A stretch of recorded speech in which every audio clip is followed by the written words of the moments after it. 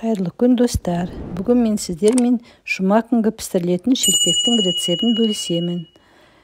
Мен үнемі осындай жылы сүтке тұзымды саламын, қантымды саламын. Жақсылап араластырып, оның үстіне 2 жұмыртқамды саламын. Оны жақсылап араластырып, 2 қасық сметана саламын. Жақсылап араластырып аламыз. Сосын оның үстіне 1 чайная ложка соданы лимонмен гаситетіп араластырамын. Гаситетіп жақсылап араластырып, үстіне елеуіштен өткізіп, ұнымызды ақырындап салып отырып, жұмсақ қылып нан илеймін.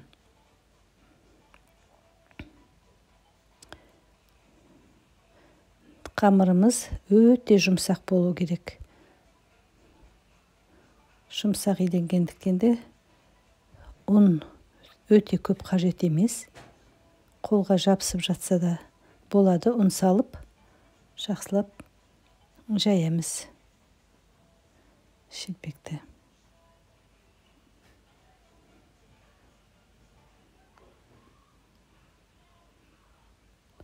Осы рецептпен жасасаңыздар, керемет үлпілдеген, сондай жұмсақ, дәмді шелпек шығады. Мен үнемі осылай сүтке ешқандай ашытқысыз, су құймай, сүтке жұмыртқаға ғана пісіремін. Керемет үлпілдеген шелпек болып шығады. Елеп болғаннан кейін жұмсақ қамырымызды біраз қоя тұрамыз да 5 минуттай. Артынан әртүрлі бөліктерге бөліп шелпегімізді жаямыз.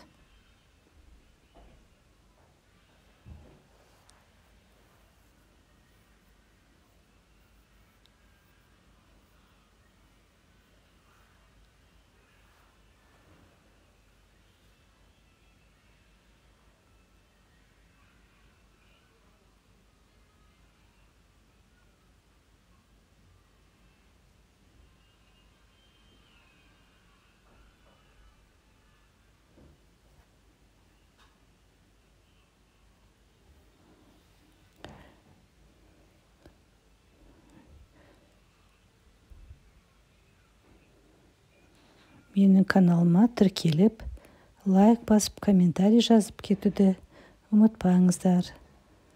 Әлі де менің көптеген рецепттерім болады.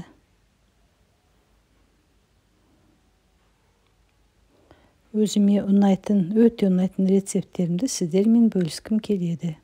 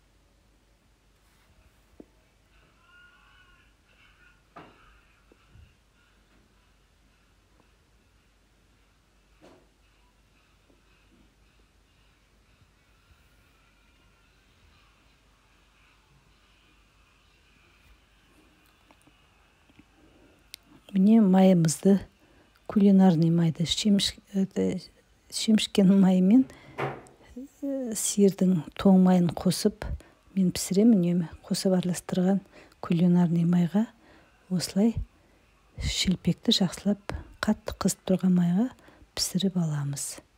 Өте сондай жұмсақ болып шығады шелпек. Салсаңыз ауызда еритіндей. Осы рецептпен жасауларыңызға кеңес берейін.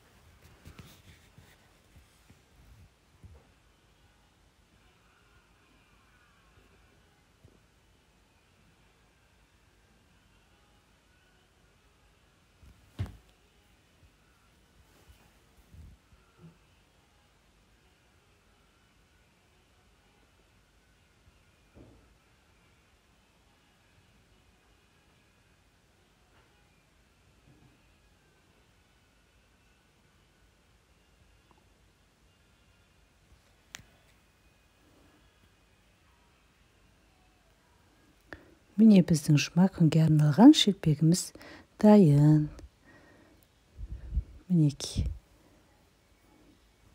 Керемет көп шелпектер әдемі шықты. Сондай өзіме ұнады. Қазір біреуін бөліп ортасын көрсетеймін. Мінеки. Қараңыздар. Іші де үлпілдеген жұмсақ. Керемет шелпек. Жұма күні пісірсеңіздер болады. Назарларыңызға рахмет. Менің каналыма Алтынай Алипова тіркеліп, комментарий, лайк бассаңыздар, сіздерге рахмет айтамын.